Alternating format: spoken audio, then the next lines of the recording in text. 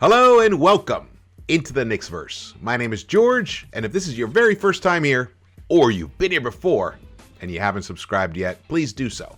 Also, turn on a notification bell so you know you get alerted when we drop these videos here in the Knicks-Verse.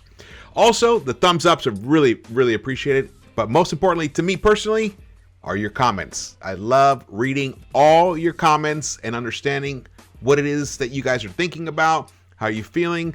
Are you feeling about what I'm saying? And just in general, any thoughts you might have, just drop them in the comments. I read them all. I appreciate them. All right, well, let's go to it. Here we go. The Knicks went to Utah tonight, and they lost the game they could have won. 113-104. This was a very winnable game.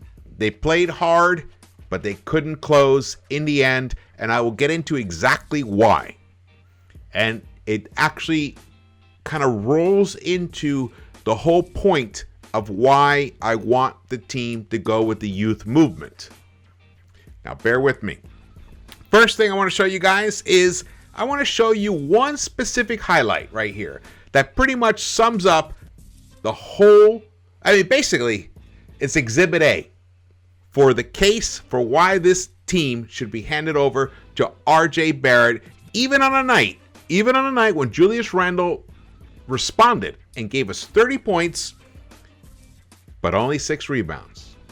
He did give us 5 assists, which is nice, but I will show you this play because at the end, it comes down to late game execution. When the game is on the line, what happens? Here we go. Now, this wasn't a late game, but it was in the second half. So it was about 9 minutes left. Knicks were down 60-68. No, actually, we were up here. No, we were down. Look at this play. All right. Look who comes in, gets the rebound. All right, you're going to play it again. Watch the beginning of this play. All right, so RJ brings it down, passes it to Fournier. Randle gets it. He gets doubled. Right now. What do you do when you double? Look, RJ's open. Give it to RJ. No, instead he does this bullshit. I'm surprised we even got a shot out, but look at what RJ does. Comes in, gets the rebound, and gets the bucket. Let's watch it again. Watch it again. This says it all. RJ gives the ball. Look at Randle forcing it. Here, he gets doubled. Oh, I'm going to turn. Oh. He won't. Look, he won't give it to RJ. Look at that. Look at that. There we go. All right. Yeah. Later on in the fourth quarter, there were several plays like that. In fact, there was one play right before Utah went on, like I think a 7-0 run that pretty much pulled the game away. Julius took the ball, got into the paint, not really that deep into the paint, around the free throw line, and just, he didn't set himself up. He was it was drifting to the right, shot a mid-range jumper there, clanked. Utah went off, and then they went on I think a 7 or 9 point run right there, and that was the end of the game. Those decisions, those late game decisions, are crucial. That is the difference between a W and an L. And there it was. This game was there to be won. The Knicks could have gone to Utah and won a game finally in the state of Utah. We desperately need it. Instead, they dropped their 3rd straight. They dropped their 5th out of their last 6 games. And I'm bummed. I'm bummed. But the thing to remember is that we don't really have a point guard. We don't have a point guard. This is the New York team. Kemba didn't start, and that's fine because I don't even want him to play at all anymore. We need to get him off this team. Derrick Rose is still healing. Alec Burks started today, and he totally tanked his audition for a return to Utah. I mean, he was 5 points he gave us tonight. 5 points for Alec Burks. In fact, let's just go to the highlights here. Here you are. 5 points for Alec Burks. 2 of 10. 0 for 4 from the three-point line. 6 rebounds. The starting point guard of the New York Knicks. Guess how many assists he had? Uno assist. How can we win? How can we win when their point guard is Mike Conley and their 2 guard is Donovan Mitchell? Even without Rudy Gobert on the floor, it was going to be tough. But come on, Alec. Give us a couple of buckets, man. It's infuriating. RJ Barrett, despite that incredible play that you just saw there that I showed you, he didn't have a good second half. And I wonder why. Could it be because he played 50 minutes the game before in LA? And tonight he played 43 minutes. He's played 93 minutes in the past 2 games. I guarantee you that's probably the most minutes any player will play all season in back-to-back games. And who's his coach? Tom Thibodeau. Because that would only happen, well, maybe Nick Nurse. But Nick Nurse has young players. They're all young. Here, I mean, we have a mix. It was frustrating. It was really a bummer, man, because this game was there to be won. The Knicks got off to a decent start. And I don't want to bury the lead. I do not want to bury a lead. I'm going to go back. We'll come back to these highlights. Here's the lead. Mitchell Robinson. Pay the Mitch. Look at him. 19 points, 21 rebounds. 10 offensive rebounds. Yes, 10 offensive rebounds. I don't think a Knick has had 10 offensive rebounds in my lifetime. Go check it. Yeah. 3 blocks, 2 steals. He was outstanding. Of course, he didn't have to deal with Rudy. And he feasted. He took full advantage of it. He had a double-double by halftime. I was worried he was going to get injured. Because remember last year when he had a double-double at halftime? He played a sensational game. He's proving that even without one single play called for the man, never is a play ever called for this guy, he still gave you 19 points on 8 of 11 shooting. He hit 3 of 6 free throws. 3 of 6.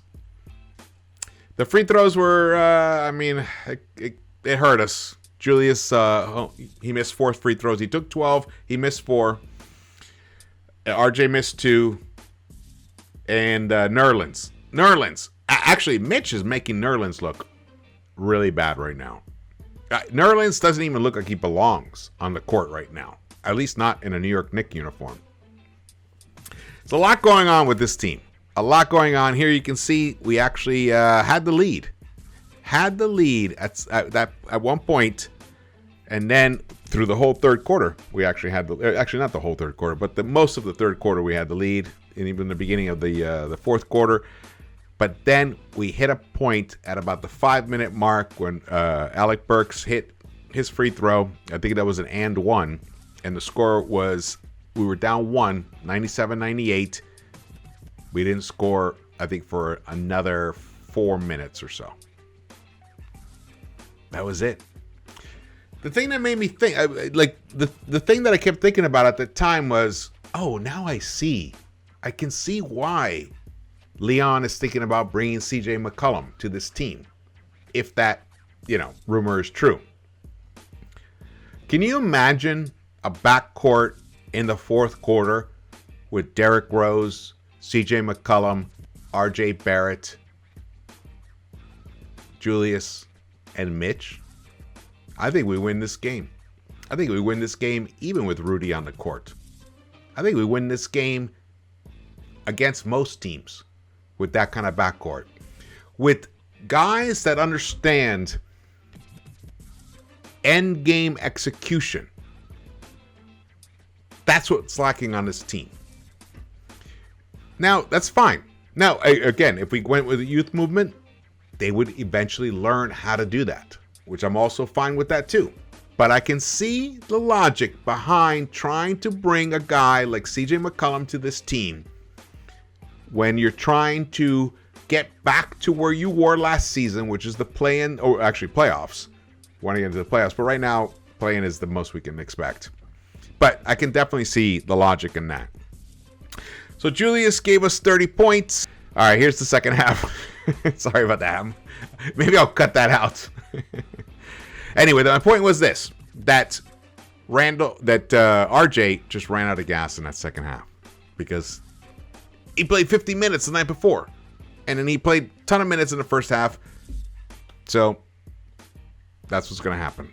That's what's going to happen when you have a team that is coached by Tom Thibodeau, who loves to ride his guys until the very, very end, until they have nothing left in the tank. And even when they're running on empty, he'll still trot them out there. Doesn't matter. Doesn't matter to him. He'll still do it. Pacing a player, trying to preserve a player's energy. I don't even think Tom Thibodeau even thinks about that for 1 second at all. And here's the cost of it. RJ played 50 minutes against the Lakers. 50 minutes against the Lakers. And now he had nothing left in the second half of Utah. A very winnable game. So now we've lost 2 games in a row where the Knicks had a lead and couldn't hang on.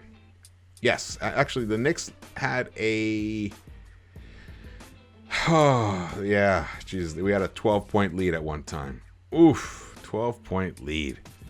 Man, does that hurt. That hurts. Here we go. Look at that. Nice. RJ Barrett. We're lucky to have him on our team. But look at this. Look at that kind of defense right there.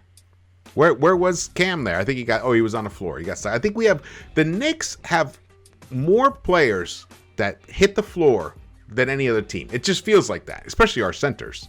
Absolutely, for sure. All right, let's go to... Here we go. So RJ, look, it took him 25 shots to give us 23 points. 1 of 7 from the three-point line. You saw the 1 3-pointer that he hit. He did have 7 rebounds, and you saw one of them was that 1 putback that he made. Beautiful 6 assists. Randle had 5 assists. So RJ led the team in assists tonight. 6. That's wild. That is wild to think. IQ, again, struggled with his shot again tonight. 24. He did play 24 minutes, 2 of 9, 1 of 5 from the three-point line. Gave us 5 points, had 4 assists, 5 rebounds. You know, you can see he still tries to provide production when he's on the court, no matter what, even if his shot's not dropping. And that, you have to appreciate and respect that from Emmanuel Quickley. Cam Reddish, 15 minutes tonight, 1 of 4. He airballed his first shot. Look, he shoots. If he shoots another couple more shots, maybe he makes them. He's up to like 3 of 6. He actually showed some flashes. He showed. You know what it is? The game just looks so easy for him. I hope that at some point that flame is lit within his heart that makes him really want to be great. Because it's one thing to think you want to be great up here, but it's another thing to really desire it here and fight for it every single second of every possession while you're on the floor. That's a different mentality because you can see it. You can see it with guys like Donovan Mitchell. You can even see it from, even though RJ has lapses sometimes, it's very few. He is usually locked in and engaged in the game. And you can see it from Randle when he's not locked in. Their ability, it's not about questioning their ability. It's about questioning their commitment to giving their all while they're on the court the entire time that they're on the court. That's what it's about, really. All right, let's go here. You can see plus minus. Now, Alec Burks was a +8. Crazy. 5 points, +8. Mitch was a +7. Randall was a -3. RJ was a -1. But the bench hurt us tonight.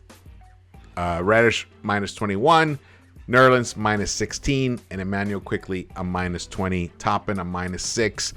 You can see Quentin Grimes was missed. We could have used him tonight, especially with having to deal with Donovan Mitchell. It would have been nice, but he wasn't available. So Cam got the opportunity tonight. This team just went totally cold in that second half. Let me see. In the first half, the Knicks scored 57 points in that first half. In the second half, 47 points. That it, the tale of two halves, once again. Whereby the Jazz, they scored 28, 31, 23, and 31. They closed so hard, and they just like took this game away from us. It was a big bummer, man. It's a big bummer. But at some point this week, there's going to be some major moves, I believe, because we can't continue drifting like this, where we have a team that has pieces of quality. However, look, even Fournier gave us 16 points. They weren't an efficient 16 points. In fact, let me make sure about that. Yeah, 5 of 12, 4 of 8 from the 3-point line. That was nice. But he did make 2 turnovers, 5 personal fouls, 4 rebounds, 1 assist. The team over the New York Knicks as a whole only had 18 assists. 18 assists. But the Jazz only had 19. It was that kind of a game. It was sloppy. It was kind of a sloppy game. But it's really tough when your team... Now, look, the Knicks only hit 8 of 33 of their 3-point attempts. And Fournier accounted for half of those with 4. So the rest of the team shot 4 of 25 from the 3-point line. Let me 100% make sure about that. Yeah. 4 of 25. Wow. Of course. I mean, once you go cold like that, and again, it seems to be like in the second. Well, we weren't hitting the 3-point shot at all, really consistently throughout the whole game. Against the Lakers, we were doing it in the first half and then just went cold in the second half. That wasn't the story tonight. Tonight, nobody was really no one really had the stroke from behind the arc except for Fournier. Oh, man, look at that. Overall, we shot under 38% field goal percentage. They shot under 42%. This was such a winnable game. But they hit 85% of their free throws, and we hit 68. If we had hit anywhere near what they hit, we probably would have won this game. We have a flawed team. We have a team that doesn't execute well down the stretch, and mostly it's because of plays like this. Here we go, showing it to you again. This may be cruel to show it, but look, when you're getting doubled, look, what are you doing here? You're eating the clock. But fortunately, RJ comes in and bails you guys out. Disturbing to me. That is disturbing to me. But again, imagine a team with Derrick Rose and CJ McCollum on the court in that fourth quarter. Could have been a different result. All right, well, thank you guys so much for watching this. It's late here tonight, even here in LA. Just doing the recap because I love this team and I love to put this out there. Hopefully, somehow, we can miraculously win tomorrow night against the Denver Nuggets, who are even, in my opinion, a better team than the Utah Jazz, especially without Rudy Gobert. Well, let's see. Maybe we can get lucky. Maybe they can get a hot streak or whatever. If not, this is going to be a very painful road trip. And tomorrow is the last game for the Knicks before the trade deadline. That's it. All right, thank you so much for watching this, and I will see you around the Knicks-Verse.